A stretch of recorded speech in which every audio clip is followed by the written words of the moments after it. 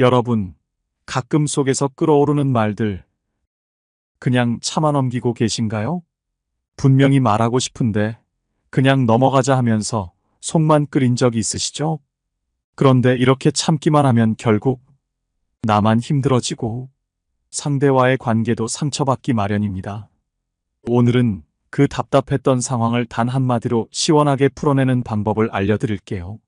상대방에게 할 말은 확실히 하면서도 관계는 지킬 수 있는 그 한마디가 있습니다. 궁금하시죠? 이제부터 함께 알아볼까요?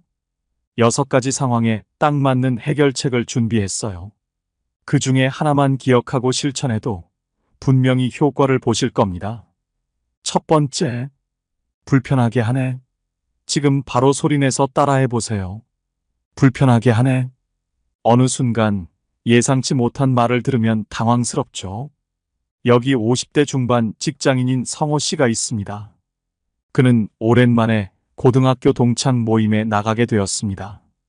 오랜만에 만난 친구들과의 자리라 긴장되기도 했지만 그래도 반가운 얼굴들의 마음이 풀리기 시작했죠.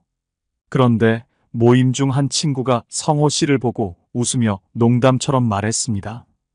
성호야, 너 머리숱이 좀 줄었네? 스트레스 많이 받나 봐. 성호 씨는 웃고 있었지만 속으로는 불편함이 가득 차올랐습니다. 사실 머리숱이 줄어드는 건 오래전부터 고민이었고 예민한 문제였기 때문이죠. 그동안 이런 말을 들으면 그냥 웃어넘기곤 했지만 오늘은 이상하게 그냥 넘기고 싶지 않았습니다.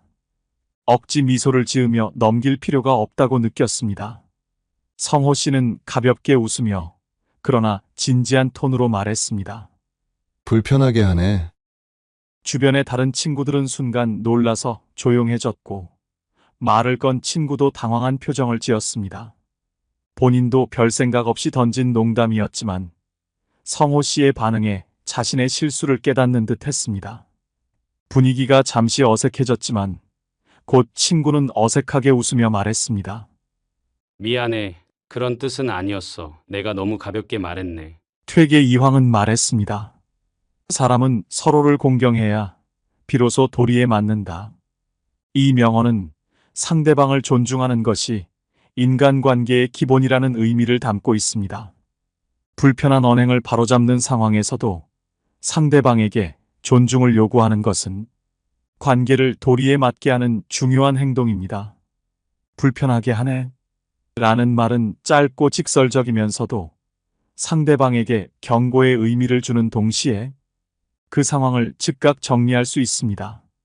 가볍게 넘기지 않겠다는 의사를 분명히 하면서도 큰 갈등을 유발하지 않도록 상대방이 스스로 실수를 깨닫게 만들기 때문이죠. 성호 씨는 평소에 남을 배려하느라 싫은 소리를 잘 못하던 성격이었지만 이번에는 불편하게 하네 라는 짧은 한마디로 상황을 정리할 수 있었습니다. 이 말은 자신의 감정을 숨기지 않고 적절히 표현하는 동시에 상대에게 너무 공격적으로 들리지 않는다는 장점이 있습니다. 평소 싫은 소리를 못해서 참아왔던 분들이라도 이 한마디는 꼭 연습해서 사용해 보세요. 내 기분을 분명하게 전달하면서도 큰 다툼 없이 상황을 풀어나갈 수 있는 강력한 한마디가 될 겁니다. 다시 한번 따라 해볼까요? 불편하게 하네. 이 말 한마디면 여러분도 불편한 상황을 바로잡을 수 있습니다. 두 번째, 더는 도와주기 어렵네요. 지금 바로 소리내서 따라 해보세요. 더는 도와주기 어렵네요. 어느 순간 자꾸만 부탁을 받게 되면 이 한마디가 필요할 때가 있습니다.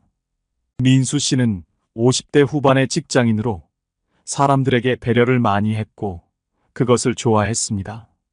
동료들이 그에게 도움을 요청할 때마다 기쁜 마음으로 응해주곤 했죠. 그러나 그 마음을 알고 있는 몇몇 동료들은 점점 민수 씨에게 사소한 일까지 부탁하기 시작했습니다. 처음에는 별 부담 없이 도와줬지만 어느새 민수 씨의 일이 되다시피 한 일이 생겼습니다. 오늘도 동료가 다가와 말했습니다. 민수 형, 이번에도 제가 맡은 보고서 좀 검토해 주실 수 있을까요? 지난번처럼요. 민수 씨는 그 부탁이 처음이 아니라는 걸 알았습니다. 사실 이미 몇 번이나 도와줬고, 그로 인해 본인의 일에 집중하지 못하는 날들이 이어졌죠. 그때까지는 마음이 불편해도 그래, 뭐, 이 정도는. 하면서 넘겼습니다. 하지만 오늘은 더는 참을 필요가 없다고 느꼈습니다. 민수 씨는 미소를 지으며 부드럽게 그러나 단호하게 말했습니다. 더는 도와주기 어렵네요. 순간 동료는 당황한 표정을 지었습니다. 이전에는 아무렇지 않게 도움을 요청하던 그였지만 이번에는 민수 씨의 단호한 말에 깜짝 놀랐죠. 대체로 사람들은 부탁이 거절당할 거라고 생각하지 않았을 때 이런 반응을 보입니다. 그럼요. 알겠습니다. 민수 형도 바쁘시죠? 동료는 어색한 웃음을 지으며 뒤로 물러섰습니다. 민수 씨는 평소와 달리 뭔가 해냈다는 뿌듯함을 느꼈습니다. 다른 사람을 도와주는 것이 나쁘다고 생각한 적은 없지만 더 이상 자기 일을 포기하면서까지 도와줄 필요는 없다는 걸 깨달은 순간이었죠. 퇴계 이황은 이렇게 말했습니다. 배려에도 정도가 있어야 한다. 아무리 남을 돕는 것이 좋더라도 도가 지나치면 오히려 나에게 해가 될 수 있음을 일깨워주는 말입니다. 지나친 배려는 상대를 의존적으로 만들 뿐만 아니라 나 자신을 지치게 하고 내가 해야 할 중요한 일들을 놓치게 만들 수 있습니다. 배려에도 균형이 필요하다는 것이죠. 이 한마디가 강력한 이유는 단순하고 정중하면서도 명확하게 선을 그을 수 있다는 점입니다. 더는 도와주기 어렵네요. 라는 말은 상대방에게 자신의 한계를 분명히 전달하면서도 갈등을 피할 수 있는 유연한 방식입니다. 상대방이 무리한 부탁을 해왔을 때 이 말로 경계를 설정하고 더 이상 희생하지 않겠다는 의사를 표현하는 것이죠. 평소에 도움을 거절하기 어려워하시는 분들이라면 이 한마디는 큰 힘이 될 수 있습니다. 더는 도와주기 어렵네요 라는 말을 통해 내 시간을 지키고 내 일에 집중할 수 있는 기회를 얻게 되는 것이죠. 다시 한번 따라 해볼까요? 더는 도와주기 어렵네요. 이 말 한마디면 여러분도 반복되는 부탁에 딱 한 번의 선을 그을 수 있습니다. 세 번째, 미리 이야기해 주시면 좋겠어요. 지금 바로 소리내서 따라 해보세요. 미리 이야기해 주시면 좋겠어요. 사람들은 종종 남의 시간을 당연하게 생각하곤 합니다. 수미 씨는 60대 초반의 주부로 은퇴 후에도 자녀와 손주를 돌보느라 늘 바쁜 시간을 보내고 있었습니다. 자녀들은 종종 수미 씨의 시간을 당연하게 여겼고 손주를 봐달라거나 갑작스러운 부탁을 하는 일이 많았죠. 오늘도 자녀가 급하게 전화를 걸어왔습니다. 엄마, 오늘 저녁에 애들 좀 봐주실 수 있어요? 갑자기 일이 생겨서요. 수미 씨는 그동안 자녀들이 부탁할 때마다 기쁜 마음으로 손주를 봐주곤 했지만 이런 갑작스러운 요청이 반복되면서 자신의 일정이 계속 흐트러졌습니다. 자신을 위한 시간은 거의 없었고 정작 본인의 계획은 항상 뒤로 미뤄졌죠. 수미 씨는 갑작스러운 요청이 점점 당연하게 여겨지는 것처럼 느껴졌습니다. 그래서 오늘은 더 이상 이렇게 무심하게 요청을 받아들이기만 할 수 없다고 느꼈습니다. 자녀를 돕는 것도 중요하지만 자신의 삶 역시 소중하다는 사실을 깨닫기 시작한 것입니다. 그래서 이번에는 부드럽지만 단호하게 말했습니다. 미리 이야기해 주면 좋겠어. 순간 자녀는 잠시 당황한 듯 조용해졌습니다. 평소엔 아무렇지 않게 부탁하던 일이었지만 오늘 수미 씨의 말을 듣고 자신이 어머니의 시간을 너무 가볍게 여겼다는 것을 깨달은 것 같았습니다. 엄마, 미리 말씀드렸어야 했네요. 죄송해요. 다음번엔 미리 연락드릴게요. 수미 씨는 속으로 안도의 한숨을 쉬었습니다. 자녀도 이제 자신이 가진 시간을 존중해 주겠다는 생각이 들었습니다. 더 이상 갑작스러운 부탁에 마음이 흔들리지 않을 수 있다는 것이 다행스러웠습니다. 율곡 이인은 이렇게 말했습니다. 시간은 돌아오지 않는다. 이 짧은 말 속에는 큰 진리가 담겨 있습니다. 지나간 시간은 되돌릴 수 없고 그만큼 내 시간도 소중하다는 의미죠. 수미 씨도 그랬습니다. 자녀의 부탁을 들어주는 건 좋지만 그로 인해 자신의 시간이 빠르게 사라지는 것을 느꼈습니다. 어제 미뤘던 계획은 오늘도 미뤄지고 어느새 나를 위한 시간은 점점 줄어들었습니다. 시간이란 한번 흘러가면 끝입니다. 그래서 내 시간은 내가 지켜야 하고 소중히 여겨야 합니다. 그 누구도 대신할 수 없는 바로 나만의 시간이니까요. 미리 이야기해주면 좋겠어. 이 한마디가 강력한 이유는 나의 시간을 존중받도록 부드럽지만 확실하게 표현할 수 있기 때문입니다. 자녀에게 나의 시간을 존중해달라는 메시지를 전달하는 동시에 관계를 부드럽게 유지하면서도 내가 가진 시간의 소중함을 잃지 않는 방법입니다. 살아가다 보면 남을 위해 시간을 쓰는 게 당연하게 여겨질 때가 많습니다. 그러나 그럴수록 내 시간도 소중하다는 걸 스스로 잊지 않도록 해야 합니다. 이 한마디는 그 시작을 알리는 작은 신호가 될 수 있습니다. 다시 한번 따라 해볼까요? 미리 이야기해주면 좋겠어. 이 말 한마디면 여러분도 소중한 시간을 지키면서도 따뜻하게 관계를 이어갈 수 있습니다. 네 번째, 내 말 좀 들어봐. 지금 바로 소리내서 따라 해보세요. 내 말 좀 들어봐.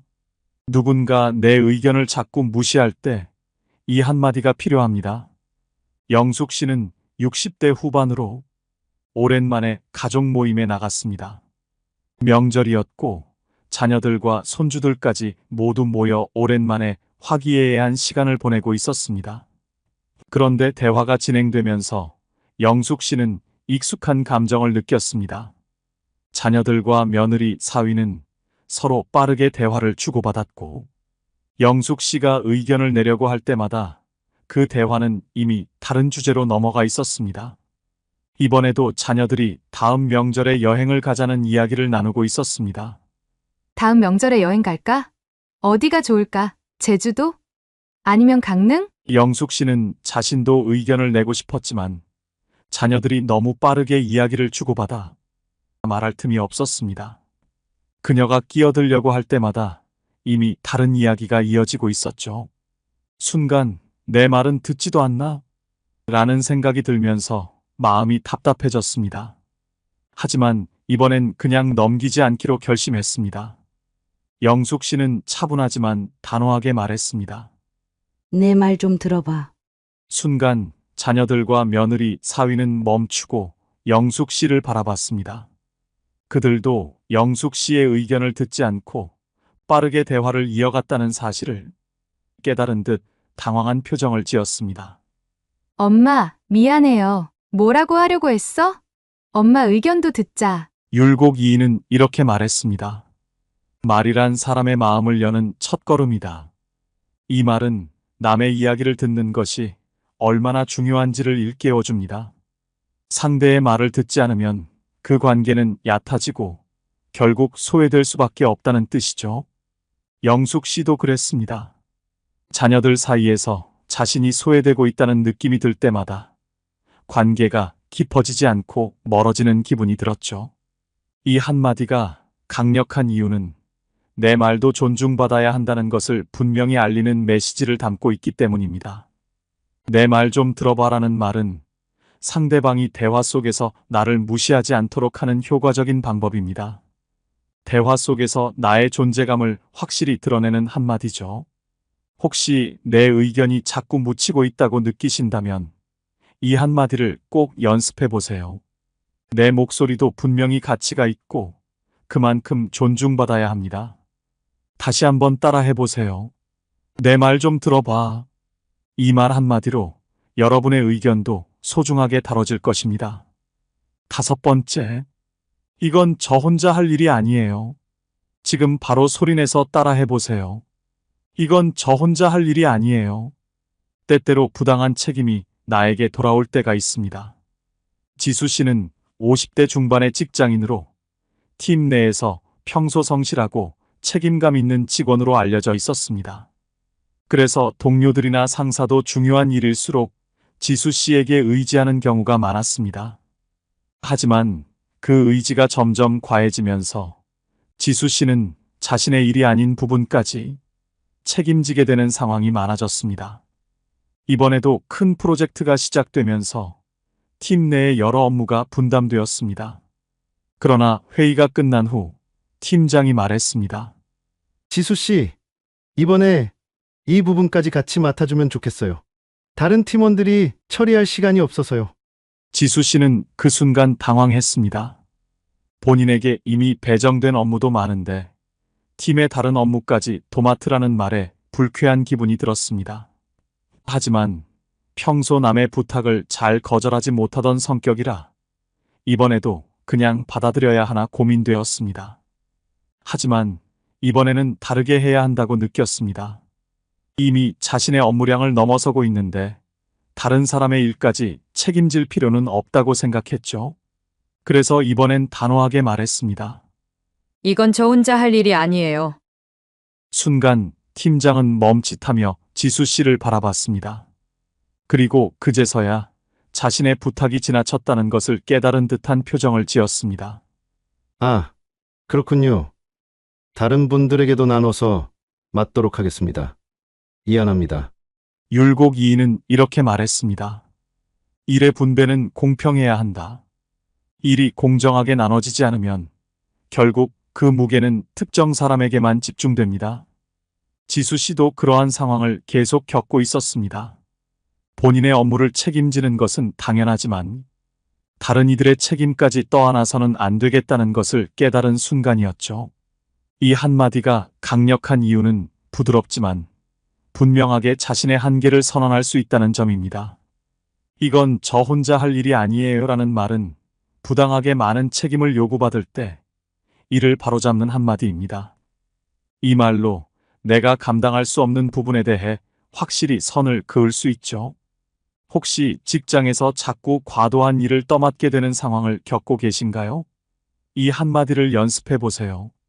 내 책임과 남의 책임은 명확히 나눌 수 있어야 합니다. 다시 한번 따라해 보세요.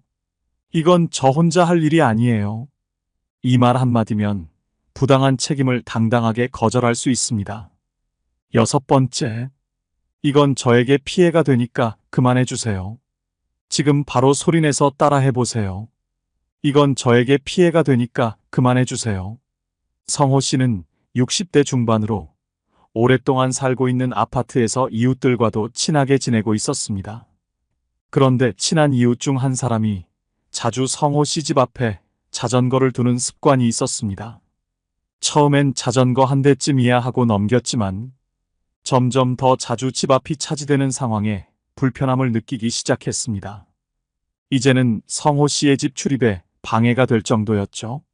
이번에도 그 이웃이 성호 씨 집 앞에 자전거를 세워둔 것을 보고 성호 씨는 더 이상 참을 수 없다고 느꼈습니다. 처음엔 그냥 넘겼지만 이제는 자신의 생활에 불편을 줄 만큼 자주 일어나는 일이었기 때문입니다.